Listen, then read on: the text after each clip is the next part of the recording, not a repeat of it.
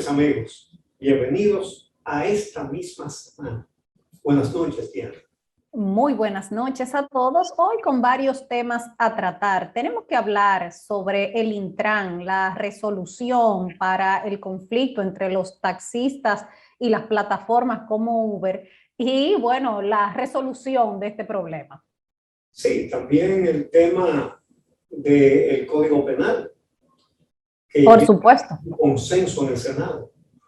Sí, tenemos que hablar sobre ese tema, pero también tenemos que hablar sobre las políticas que ha adoptado República Dominicana ante el problema haitiano. Y, obviamente, los casos de corrupción que han ido surgiendo y la acción de la justicia. Esos son los temas de este sábado. Regresamos de inmediato. Esta misma semana Ha sido motivo de intranquilidad un conflicto entre Intran y las plataformas digitales de taxis. El Intran, el Instituto de Transporte Terrestre, que es el organismo que debe regular toda esa actividad, está dirigido por Antonio Arias, que es una de las partes. Él viene de Conatra, una de las empresas de transporte público que se hacen llamar sindicatos, que no son sindicatos, sino que son empresas, con su dueño. Y justamente el dueño de Conatra, que es el senador Antonio Marte, se pronunció en el Senado atacando a su competencia. Yo creo en la forma mía que ese no es un negocio legal. No sé si hablé de lavado, creo que no dije de lavado. Si dije de lavado, pido excusa, pero sí creo que hay una invasión de impuestos. Porque ese dinero que se cobra, el fisco no lo ve. Ese es un dinero parecido a otro que voy a denunciar en los próximos días. Bueno, obviamente está hablando una parte interesada en el conflicto. En algo tiene razón el senador, y es que deben pagar impuestos. Ahora, este es un sector con muy poca fiscalización, porque, por ejemplo, ¿quién fiscaliza lo que cobra una guagua de Conatra? Lo que hacen un día para determinar la cantidad de impuestos que pagan. Exacto. Ese también es un sector que necesita más regulación, porque, como tú decías, son empresas. Son empresas que reciben ganancias que no la fiscaliza nadie, que es lo que recibe. Uber tiene que pagar impuestos y Conatra también, y todas las... Todas las empresas que generen beneficios tienen que pagar impuestos sobre la renta en República Dominicana, efectivamente. Pero parece que el conflicto realmente no es si Uber paga o no paga impuestos. Porque si fuera así, el mismo legislador está en la posición de, dentro del presupuesto nacional, discutir ese tema. ¿Verdad que sí? El Congreso es el que tiene la última palabra cuando se designan impuestos en el país. El pleito es por quién se queda con el monopolio del transporte de pasajeros, y evidentemente las plataformas digitales de transporte le han hecho mella a los sistemas tradicionales en República Dominicana. Y esa resolución del Intran, en la que determina que solo pueden recoger pasajeros a 1 kilómetro de distancia de los hoteles en las zonas turísticas y a 200 metros en el Gran Santo Domingo, evidentemente es para beneficiar a estas empresas del transporte y a estas compañías tradicionales de taxi. Hubo una reunión esta semana en el Intran donde estuvieron los representantes de la plataforma Uber y donde hubo una comisión enviada por el Poder Ejecutivo en la que estaban el ministro de Turismo y estaba también el ministro de Defensa y estaba el consultor jurídico del Poder Ejecutivo, y a la cual llamó por teléfono además el presidente Luis Abinader. Como resultado de esa reunión, Uber aceptó registrar a todos los choferes que tienen el país, que son unos 28,000 ya, y registrarse como empresa de transporte. Eso es muy correcto, que esté regularizado. Ahora, ¿por qué tuvo el presidente hasta que llamara a esa reunión? Porque evidentemente quien dirige el Intran no es un interlocutor válido. Porque no es, no es, él no es, nombró- no es objetivo en este conflicto. no, es que él nombró a dirigir el ente regulador del negocio del transporte público, puso a una de las partes en competencia. Y obviamente eso lo primero que hizo fue tratar de tragarse a sus competidores, al extremo de que cogió el mapa y creó zona. Él. No pueden estar aquí, no pueden recoger pasajeros ahí. Entonces, ante una cosa tan grave y además las escenas que se vieron dramáticas de turistas caminando el kilómetro Con su maleta rastra, sí. cosas al hombro para ir a coger un Uber porque lo prefieren. Entonces es muy fácil competir cuando uno de los competidores es el que dirige el sistema y hace mapas él a su antojo, un mapa, aquí por aquí no pasan y aquí no pueden estar. Luego, obviamente, fue una cosa tan grosera que luego él dijo, Arias, que el borrador, él nunca le había llamado borrador, eso fue una decisión, que el borrador de la normativa no era todavía definitivo y que está en un proceso de revisión.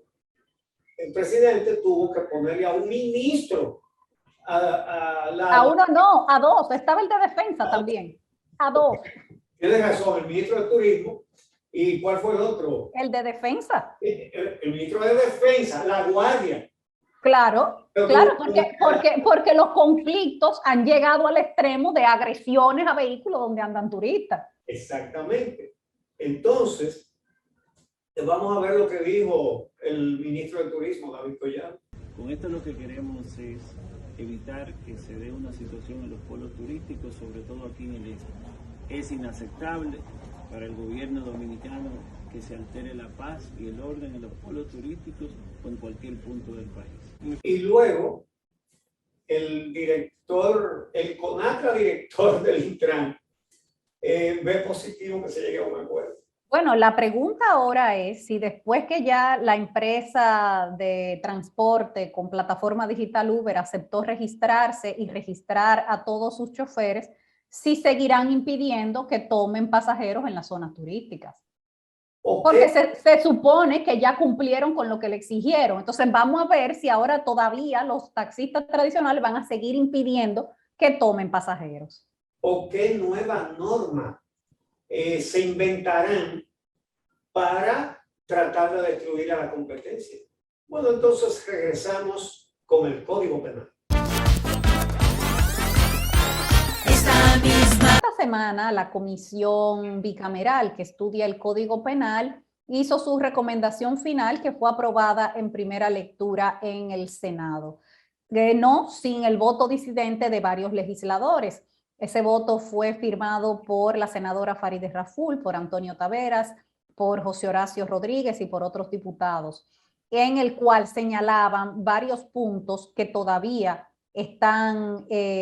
causan polémica dentro del Código Penal y que no han logrado ese consenso total.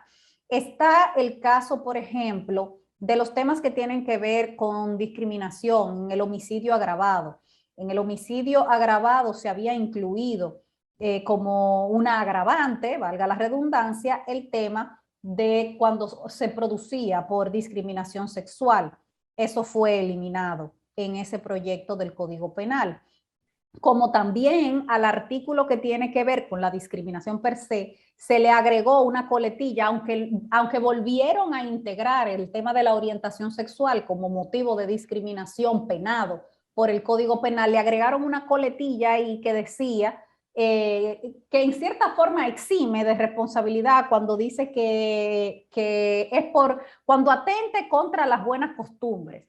Y lo que decían los legisladores era, los del voto disidente, ¿quién decide qué son las buenas costumbres? Eso no puede quedar así tan aéreo en el Código Penal. Bueno, y afortunadamente le dieron marcha atrás a un artículo que habían propuesto y aprobado, de que se exime de cualquier sanción a los padres que maltraten físicamente a sus hijos.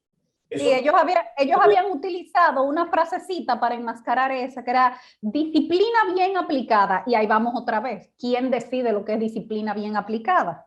Bueno, O por sea, ejemplo, vamos a hacer un catálogo de que chancletazo sí, correazo no, sí, pellizco sí, trompones no. O sea, que vamos a hacer un catálogo de golpes que se le pueden dar a un niño. por ejemplo, los que ponen a los niños con las rodillas sobre un guayo al sol como sanción, ellos pueden decir que lo aplicaron bien porque buscaron un buen guayo.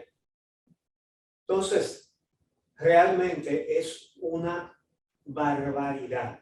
Y iba a ser un retroceso, porque hace más de 20 años que ese tipo de cosas fueron sacadas a través del Código del Menor, evidentemente protegiendo a los niños y niñas dominicanas, y sería volver atrás. Porque mucha gente pensaba como que era que ellos tenían esa potestad y ahora con este código nuevo se la pretendían quitar y por eso había que poner ese artículo. No, la potestad hoy no existe en República Dominicana para hacer eso. Y las cárceles no están llenas de padres abusadores. Eso obviamente se aplica en casos extremos. Pero entonces íbamos a crear esa dispensa, una cosa que no existe en nuestra legislación. Leí un tuit de una señora que dijo que corrijan ellos a sus hijos y a mí que me permitan corregir a los míos, como si estuvieran prohibiendo que los padres corrieran a los niños. Lo que le están prohibiendo es que le den golpe, es que le apliquen violencia, lo cual no solamente lastima físicamente a los niños, sino fundamentalmente le crea unos problemas de conducta que le duran para toda la vida. Mira, Perdón, que van a seguir siendo violentos, que van a copiar la violencia que ejercieron contra ellos. Sí. Es defienda eso. Afortunadamente, esa intención de meter ese artículo no prosperó. Lo que sí prosperó fue poner una prescribilidad a los delitos de corrupción, a los delitos contra el patrimonio público.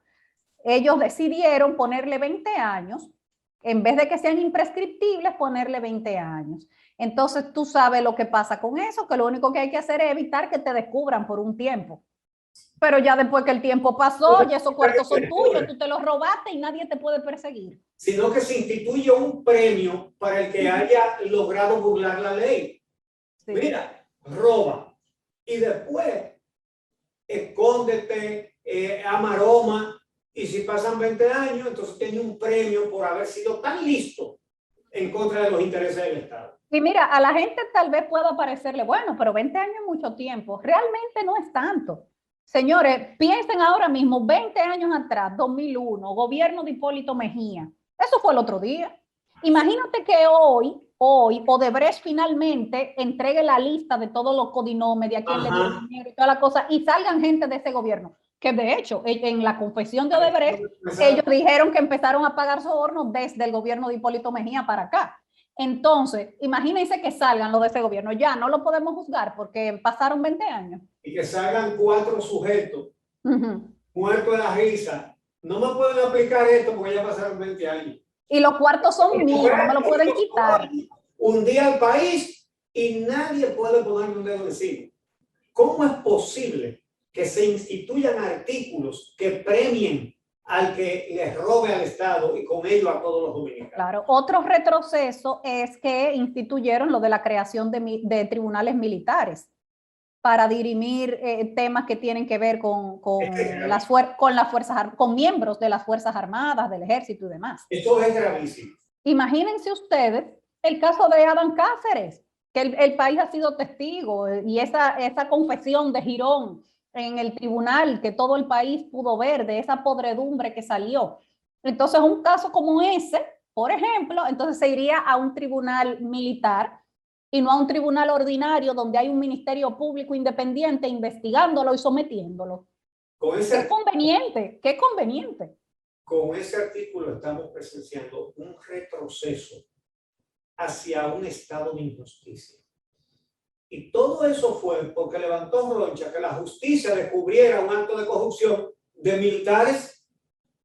Es decir, que la conclusión de todo eso es que a los militares no se lo puede tocar ni que roben. La suerte es que, bueno, los policías no son militares, pero se puede comparar con el caso del tumbe de cocaína por 260 millones de pesos que secuestraron un policía, otros policías, los policías. 400 kilos de cocaína. Entonces, imagínate tú, eso no pueden investigarlo Wilson Camacho, Jenny Berenice, no, otro kepis, otro uniforme, es que van los amiguitos. No, y a lo mejor con rango menor que el investigado. Porque en el caso de Adán Cáceres sería así. Exacto. Quien lo va a investigar, a juzgar y a condenar, supuestamente tendría que ser alguien de un rango menor, porque él tiene el mayor rango que se puede tener. Eso es una involución y eso va a haber que remendarlo cuando tengamos legisladores que de verdad hayan llegado ahí a mejorar la sociedad dominicana con las leyes. Bueno, el presidente Luis Abinader, en caso de que sea aprobado, porque solo se ha aprobado en primera lectura hasta este momento en el Senado, si se llegara a aprobar en el Congreso, el presidente Luis Abinader tiene la potestad de observarlo y devolverlo para que le arreglen todos esos macos. Vamos a hacer una pausa. Cuando regresemos, vamos a hablar sobre Haití y sobre las medidas que ha estado tomando la República Dominicana. Ya volvemos. Esta misma semana. La degradación progresiva de Haití como Estado nos crea muchas dificultades a sus únicos vecinos. Y nosotros tendremos que saber cómo manejar esto con responsabilidad, con contundencia, pero sin victimizar a los que ya son víctimas de esa situación. Es indiscutible que la cantidad de partos de mujeres haitianas que vienen al país a eso, a parir aquí, está afectando el presupuesto de salud de la República Dominicana, lo que quiere decir los recursos para atender a los pacientes dominicanos. Sin embargo, deberíamos tener muy claro que la responsabilidad del Estado es impedir que vengan los indocumentados y también tiene todo el derecho a identificarlos, a detenerlos y a repatriarlos a los indocumentados, ¿verdad? Ahora, es una vergüenza humana querer aplicarle una sanción a una parturiente en un hospital.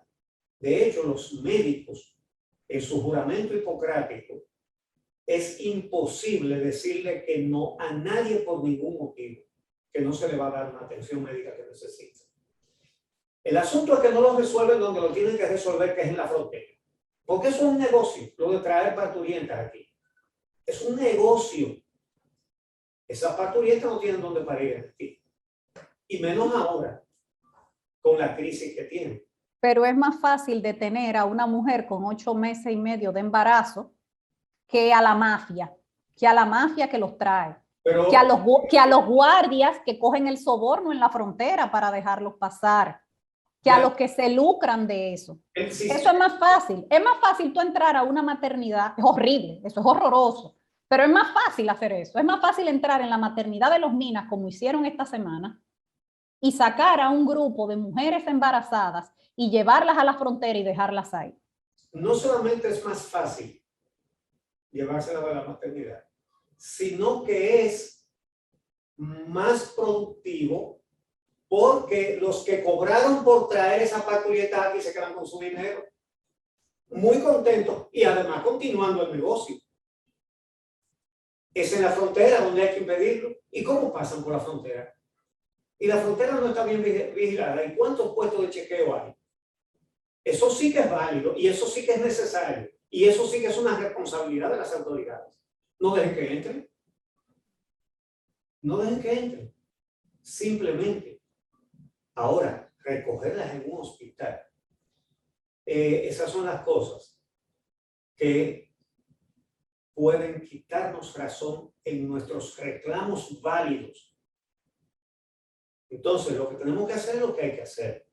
Sí, pero no solamente que nos quita razón, es que el Estado está violando la ley cuando hace eso. Está violando la propia ley de migración. Miren, señores, el artículo 134 de la ley de migración dice lo siguiente: la detención será el último recurso, de modo que la autoridad migratoria solo la utilizará en caso que se estimen insuficientes los demás recursos descritos de este reglamento. La detención nunca será utilizada en los casos de menores de edad, mujeres embarazadas o lactantes, envejecientes y solicitantes de asilo. Eso que está haciendo migración es ilegal. No pueden agarrar a una mujer embarazada en la calle o en la maternidad, sacarla del consultorio, montarla en una guagua y ponerla en la frontera sin que eso haya cumplido un proceso previo.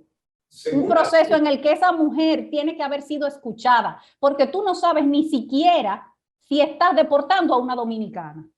Exactamente. Bueno, la verdad es que hay una medida que sí me parece correcta, y es el hecho de que Interior y Policía está identificando a indocumentados. El procedimiento es que detienen a un indocumentado y si no tiene detienen a un inmigrante. Si no tiene documentos, entonces le toman foto, lo inscriben y usan la identificación biométrica. Que eso Sí, pero tú sabes que lo único es que sabemos que eso solo se va a aplicar para personas de piel oscura. Que tú no vas a ver detenciones de franceses, ni de italianos, ni de alemanes en Puerto Plata o en Punta Cana.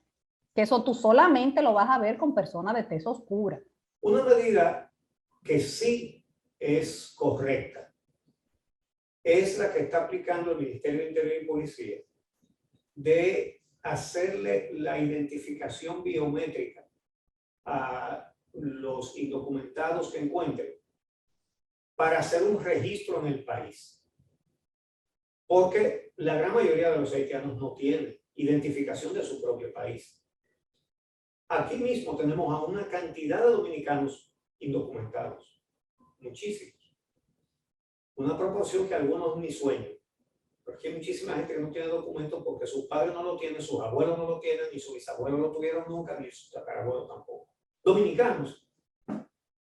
Entonces, es correcto porque nosotros sí tenemos que saber quién está y dónde está para poder tener control de esto. Ahora, el verdadero control está en los empleadores, que son los que prefieren a los indocumentados porque trabajan en condiciones que no son las mismas que exigen los dominicanos. La gente dice, pero ellos cobran igual. En muchísimos casos es verdad que cobran lo mismo. Lo que pasa es que están 24/7 en el lugar de trabajo porque viven en el trabajo. Pero además no se atreven mucho a reclamar sus derechos laborales aunque los tienen legalmente. Y esa es la situación. Pero entonces en la Dirección de Migración, en vez de hacer una redada en una finca de un terrateniente importante de este país o de una constructora importante de este país, se mete en la maternidad de los minas. Exacto. A agarrar mujeres a punto de parir. Sí. Pero ¿por qué no van a un central azucarero? No, porque ahí afectan intereses. ¿Por qué no van a una gran finca de las familias que sabemos de este país? No hay, ¿no? En la maternidad de los minas. La realidad es que hoy día, antes era la caña de azúcar nada más, que tenían que traer haitianos que estaban dispuestos a ese trabajo, que es uno de los más duros que existe en este planeta, por pesitos, ¿verdad?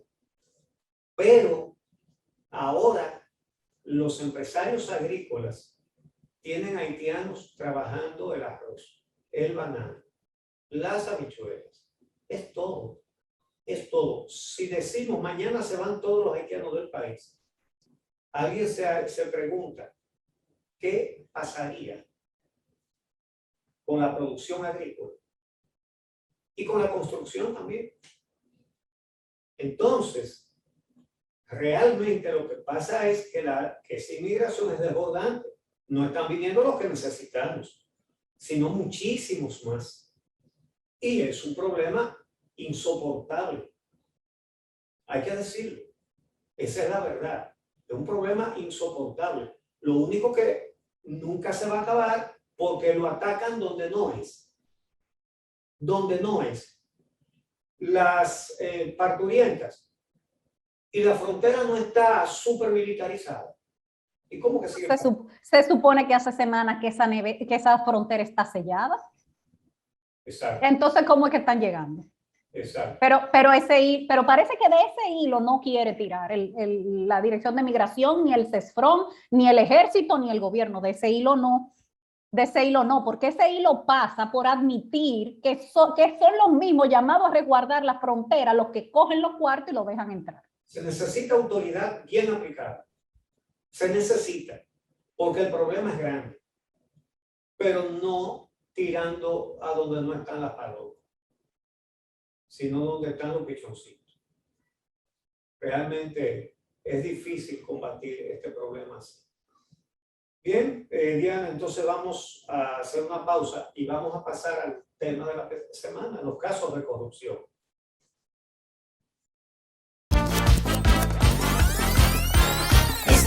Siguen destapándose casos de corrupción desde el trabajo responsable, y yo diría que heroico, de las periodistas Alicia Ortega y Nuria Piedra. Alicia Ortega destapó el tema de varios senadores con el cofrecito, el uso que le dan, pero también denunció que el senador Alexis Victoria Yep, de María Trinidad Sánchez por el PRM, es un suplidor del Estado desde hace tiempo y ha seguido suscribiendo contratos después de ser legislador, lo cual está taxativamente prohibido por la Ley de Compras y Contrataciones Públicas. Cuando Alicia hizo la denuncia, Victoria Yep se pronunció en el Senado y dijo que él era suplidor del Estado, pero que no lo es desde que se juramentó el 16 de agosto del 2020 como senador.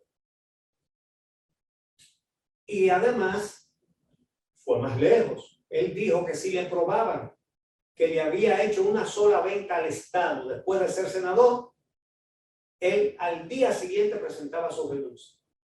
Bueno, pero vamos a escucharlo. Vamos a escuchar a él mismo cuando dijo esa frase en el hemiciclo. Adelante.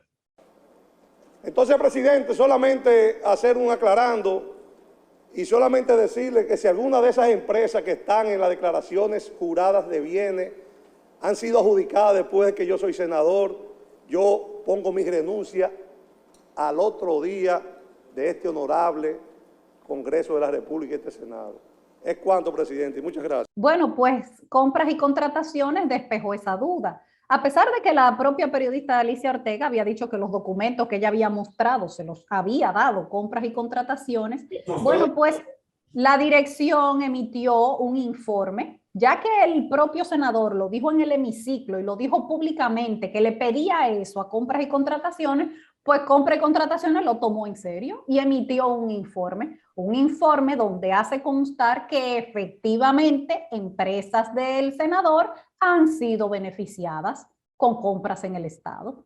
¿Cuántas y ante la evidencia, pues todo el mundo pensaba que el senador tendría que cumplir su palabra. ¿Cuántas compras fue que dijo que había hecho el Estado a Victoria Yep? 14 creo que eran, 100, después de él ser senador, unos 14. Compras y Contrataciones especificó que se trataban de contrataciones de montos bajos, pero la ley no dice si es un chin está bien. No, la ley dice prohibido. Un senador, un diputado, un ministro, un director general. Hay un montón de gente que están como servidores del Estado que no pueden ser suplidores del Estado. Y lo dice la ley de manera muy clara en idioma español.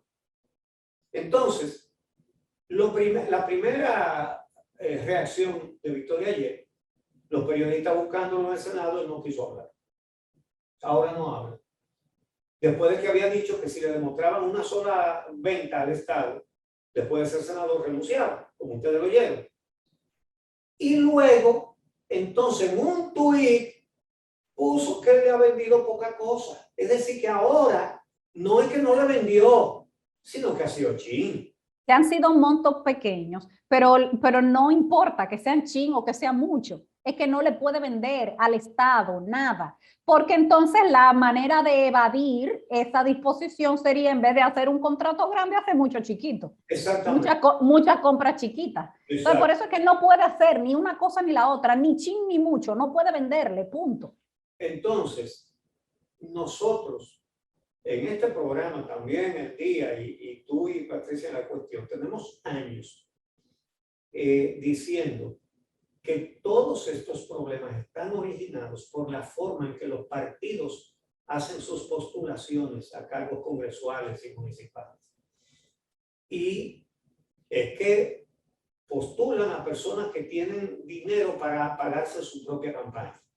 Y por ahí han llenado de riferos el Congreso Nacional, y por eso las bancas de apuestas son los negocios que menos impuestos pagan en este país, mucho menos que los negocios productivos y que dan más fuentes de trabajo. Sí. Y por eso hay tantos casos de narcotraficantes congresistas o de congresistas narcotraficantes. Y hay de todo. Entonces, hemos criticado a los partidos que se quedan callados como si esto no fuera con ellos, a los que han postulado a esas personas. Por fin, el PRM tuvo alguna reacción, que es el que tiene más legisladores involucrados en cosas sucias. Y el partido aprobó expulsar a todos aquellos integrantes que hayan incurrido en actos de corrupción. Obviamente habrá que esperar los correspondientes, y es lo justo, es lo correcto, obviamente.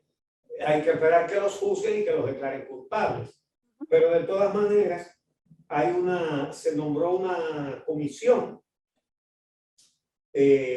formada por Milagro Ortiz, Eddie Olivares, en fin, que va a darle seguimiento a todos.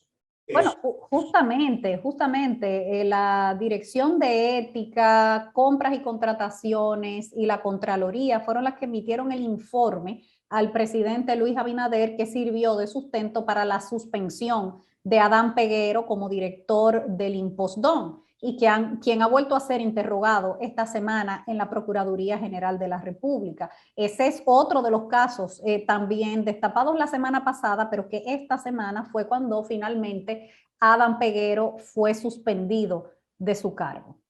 Van varios ya, van varios funcionarios ya que han sido suspendidos.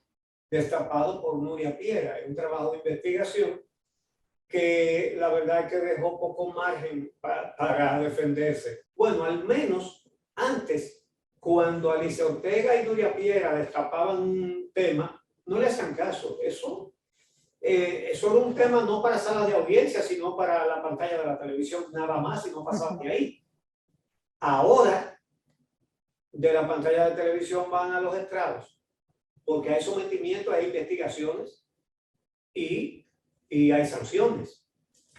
De manera que esa es la gran diferencia. Hay un caso ahora que no está muy claro cómo podría ser la sanción, que es el del senador Victoria Yep. De hecho, cuando le preguntaron los periodistas a Carlos Pimentel que si pensaban tomar una sanción, bueno, ya Compras y Contrataciones hizo lo que podía hacer, que era suspenderle el registro de proveedores a esas empresas. Y entonces él dijo, las sanciones disciplinarias tendría que tomarla el Senado. Eso es verdad. Contra el senador.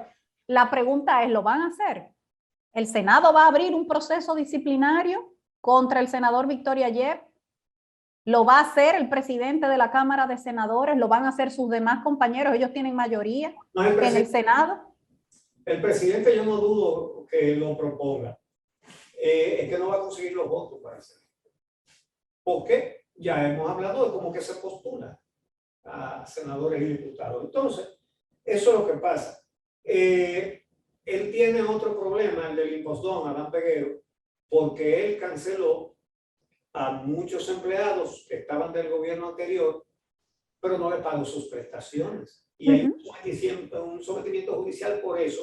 Y el defensor del pueblo le pidió los documentos y se los negó de manera reiterada. Esto solo sometió a la justicia y tiene entonces ese otro sometimiento. Y un tercer caso es el de Sammy Sosa. Bueno, por el hecho de tratarse de una celebridad no dominicana, una celebridad, digamos, internacional. Sammy Sosa fue interrogado en la PEPCA, nada menos que por Wilson Camacho y Jenny Berenice Reynoso, acerca de sus vínculos con las empresas de Alexis Medina Sánchez en la red de corrupción desmantelada por la operación Antipulpo. Entonces, al salir del primer interrogatorio, que van creo que 3, su abogada Emily Rodríguez habló de una manera que la hace lucir como convencida de que va a haber un sometimiento. Porque dijo que cuando lo sometan, entonces se podrá saber de qué lo acusa. En este momento, como saben que es una etapa de investigación en la que se encuentra el Ministerio Público por una razón de esa privacidad que amerita la investigación, no podemos dar mayores detalles de lo que tratamos en esa entrevista. Por lo tanto, en la medida en que la investigación se desarrolle y posteriormente la acusación sea presentada, ustedes tendrán el resultado. Sí, efectivamente, sabemos que el nombre del ex pelotero Sammy Sosa y un hermano de él aparecía en el expediente de la operación Antipulpo por supuestas vinculaciones de empresas suyas con empresas de Alexis Medina, y por eso se supone que alrededor de ese tema giró los interrogatorios a Sammy Sosa. Sí, efectivamente. La PEPCA estableció hace rato que Alexis Medina Sánchez había autorizado a Sammy Sosa, oigan en qué fecha, el 31 de octubre de 2017, a gestionar un préstamo de $10 millones a un banco dominicano. Y también fue autorizado por Medina Sánchez a firmar cualquier tipo de documento para esos fines y disponer del dinero como entendiera fuera pertinente. Así, con todo eso. Entonces, para la misma fecha, un hermano de Samuel Sosa fue autorizado a abrir una cuenta en el Brickell Bank de los Estados Unidos para solicitar un préstamo o una línea de crédito de $4 millones. Sí, los hermanos Sosa, Sammy 10 millones y su hermano 4 de dólares. Así que realmente parece que hay algo, unas cuantas cosas que tiene que explicar, y eso es lo que le están preguntando. El chiste de la semana es que congresistas del PLD afirman que con los actos de corrupción que han salido a la luz, se le cae el discurso de transparencia al presidente Luis Abinader, dicen ellos, y que lo más importante es que la justicia pueda actuar con independencia y que no haya tratos preferenciales para los funcionarios. Eso lo dicen legisladores del PLD. Señores, cualquiera no le agrega nada a eso, pues yo creo que cada uno de ustedes está pensando lo mismo que yo. Hemos llegado al final de este programa. El próximo sábado nos encontramos con todos ustedes aquí en esta misma semana. Hasta el próximo sábado. Que tengan muy buen fin de semana.